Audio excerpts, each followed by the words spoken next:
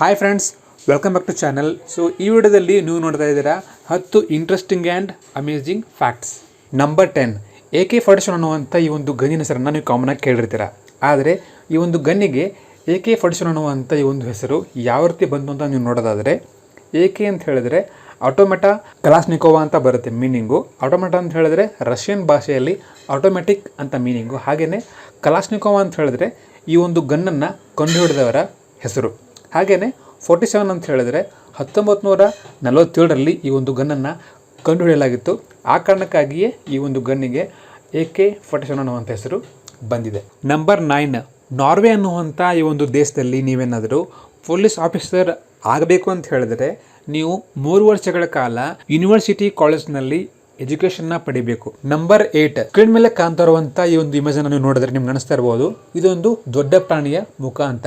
ಆದರೆ ನಿಮಗೆ ಗೊತ್ತಿರಲಿ, ಇದೊಂದು ಚಿಕ್ಕ ಇರುವೆಯ ಮುಖ.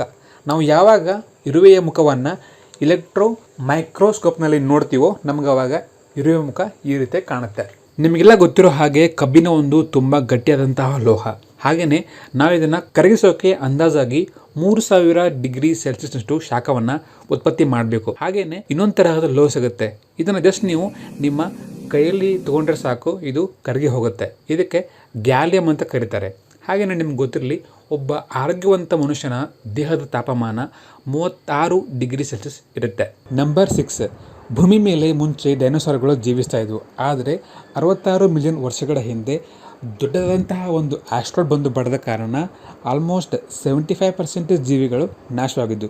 ಹಾಗೆಯೇ ನಿಮ್ಮ ಮೈಂಡ್ನಲ್ಲಿ ಪ್ರಶ್ನೆ ಉತ್ಪತ್ತಿ ಆಗ್ಬೋದು, ಏನಂತ ಹೇಳಿದ್ರೆ ಭೂಮಿಗೆ ಬಡದಂತಹ ಒಂದು ಆಸ್ಟ್ರಾಯ್ಡ್ನ ಗಾತ್ರ ಎಷ್ಟು, ಹಾಗೆಯೇ ಭೂಮಿಯ ಯಾವ ಜಾಗದಲ್ಲಿ ಬಂದು ಆ ಒಂದು ಆಸ್ಟ್ರಾಯ್ಡ್ ಬಂದು ಅಪ್ಪಳಿಸಿತ್ತು ಅಂತ. ಅದಕ್ಕೆ ಉತ್ತರ ಇಲ್ಲಿದೆ. ಭೂಮಿಗೆ ಬಡದಂತಹ ಆ ಒಂದು ಆಸ್ಟ್ರಾಯ್ಡ್ನ ಗಾತ್ರ ಬಂದು 10 ಕಿಲೋಮೀಟರ್. ಹಾಗೆಯೇ ಭೂಮಿಯ ಯಾವ ಜಾಗದಲ್ಲಿ ಬಡಿದೆ ಅಂತ ಹೇಳಿದ್ರೆ ಮೆಕ್ಸಿಕೋ ದೇಶದ ಯುಕಾಟನ ಅನ್ನುವಂಥ ಒಂದು ಸ್ಟೇಟ್ನಲ್ಲಿ ಈ ಒಂದು ಆಸ್ಟ್ರಾಯ್ಡ್ ಬಂದು ಅಪ್ಪಳಿಸಿತ್ತು. ನಂಬರ್ 5, ನಿಮಗೆಲ್ಲ ಗೊತ್ತಿರೋ ಹಾಗೆ ಭೂಮಿಯ ಸುತ್ತ ತಿರುಗ್ತಾ ಇರುವಂತಹ ಒಂದು ಉಪಗ್ರಹ ಯಾವುದು ಅಂತ ಹೇಳಿದ್ರೆ ಅದು ಚಂದ್ರ. ಅದೇ ರೀತಿಯಾಗಿ ನಮ್ಮ ಒಂದು ಸೋಲಾರ್ ಸಿಸ್ಟಮ್ನಲ್ಲಿರುವಂತಹ ಜುಪಿಟರ್ ಅನ್ನುವಂಥ ಈ ಒಂದು ಪ್ಲ್ಯಾನೆಟ್ಗೆ ಟೋಟಲ್ ಆಗಿ 79 ಉಪಗ್ರಹಗಳು ಇವೆ. ಅಂದರೆ ನೀವು ಜುಪಿಟರ್ ಅನ್ನುವಂಥ ಈ ಒಂದು ಪ್ಲ್ಯಾನೆಟ್ನಿಂದ ಆಕಾಶವನ್ನು ನೋಡಿದ್ರೆ ನೀವು ಆಕಾಶದಲ್ಲಿ 79 ಚಂದ್ರಗಳನ್ನು ನೋಡ್ಬೋದು.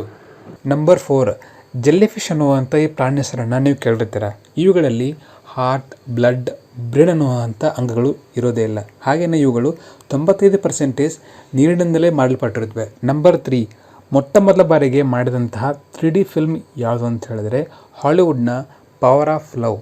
1922ರಲ್ಲಿ ಈ ಮೂವಿನ ಮಾಡಲಾಗಿತ್ತು. ಅದೇ ರೀತಿ ಕನ್ನಡದಲ್ಲಿ ಮಾಡಿದಂತಹ ಫಸ್ಟ್ 3D ಮೂವಿ ಯಾವುದು ಅಂತ ಹೇಳಿದರೆ ಕಟಾರಿ ವೀರ ಸುರಸುಂದರಾಂಗಿ 2012ರಲ್ಲಿ. ನಂಬರ್ 2, ಕಾಮನ್ ಆಗಿ ನಾವು ತಿನ್ನುವಂಥ ಬಾಳೆಹಣ್ಣಲ್ಲಿ ಬೀಜ ಸಿಗೋದಿಲ್ಲ, ಕರೆಕ್ಟ್. ಆದರೆ ಇವುಗಳು ನ್ಯಾಚುರಲ್ ಬಾಳೆಹಣ್ಣುಗಳು ಅಲ್ಲ, ಇವುಗಳು ಜೆನೆಟಿಕಲಿ ಮಾಡಿಫೈಡ್ ಬಾಳೆಹಣ್ಣುಗಳು. ನೀವು ನೋಡ್ತಾ ಇರೋ ಹಾಗೆ ನ್ಯಾಚುರಲ್ ಬಾಳೆಹಣ್ಣಲ್ಲಿ ಬೀಜಗಳು ಸಿಗುತ್ತೆ. Number 1, KGF Kolar gold fields. ಈ ಒಂದು ಜಾಗವನ್ನು 28 ಫೆಬ್ರವರಿ 2001ರಂದು ಕ್ಲೋಸ್ ಮಾಡಲಾಗಿತ್ತು. ಹಾಗೆಯೇ ಈ ಒಂದು KGF ಸ್ಟಾರ್ಟಿಂಗ್ನಿಂದ ಕ್ಲೋಸ್ ಆಗೋವರೆಗೂ ಇಲ್ಲಿಂದ ಎಷ್ಟು ಬಂಗಾರವನ್ನು ಮೈನಿಂಗ್ ಮಾಡಿತ್ತು ಗೊತ್ತಾ? 10,000 kg ಬಂಗಾರ ಅಲ್ಲ, 1 ಲಕ್ಷ kg ಬಂಗಾರ ಅಲ್ಲ, ಟೋಟಲ್ ಆಗಿ 9 ಲಕ್ಷ kg ಬಂಗಾರವನ್ನು ಈ ಒಂದು ಜಾಗದಿಂದ ಮೈನಿಂಗ್ ಮಾಡಲಾಗಿತ್ತು. ಓಕೆ ಫ್ರೆಂಡ್ಸ್, ಈ ವಿಡಿಯೋ ನಿಮಗೆ ಇಷ್ಟ ಆಗಿದ್ರೆ ವಿಡಿಯೋನ ಲೈಕ್ ಮಾಡಿ, ಶೇರ್ ಮಾಡಿ. ಹಾಗೆ ನಿಮ್ಮ ಅನಿಸಿಕೆನ ಕಮೆಂಟ್ಸ್ ಅಲ್ಲಿ ತಿಳಿಸಿ. ನೀವೇನಾದರೂ ನನ್ನ ಚಾನಲ್ಗೆ ಹೊಸದಾಗಿ ಬಂದಿದ್ರೆ ಸಬ್ಸ್ಕ್ರೈಬ್ ಮಾಡೋದನ್ನ ಮರೆಯಬೇಡಿ. ಮತ್ತೆ ಸಿಗೋಣ ನೆಕ್ಸ್ಟ್ ವಿಡಿಯೋದಲ್ಲಿ. ಅಲ್ಲಿವರೆಗೂ ಬಾಯ್.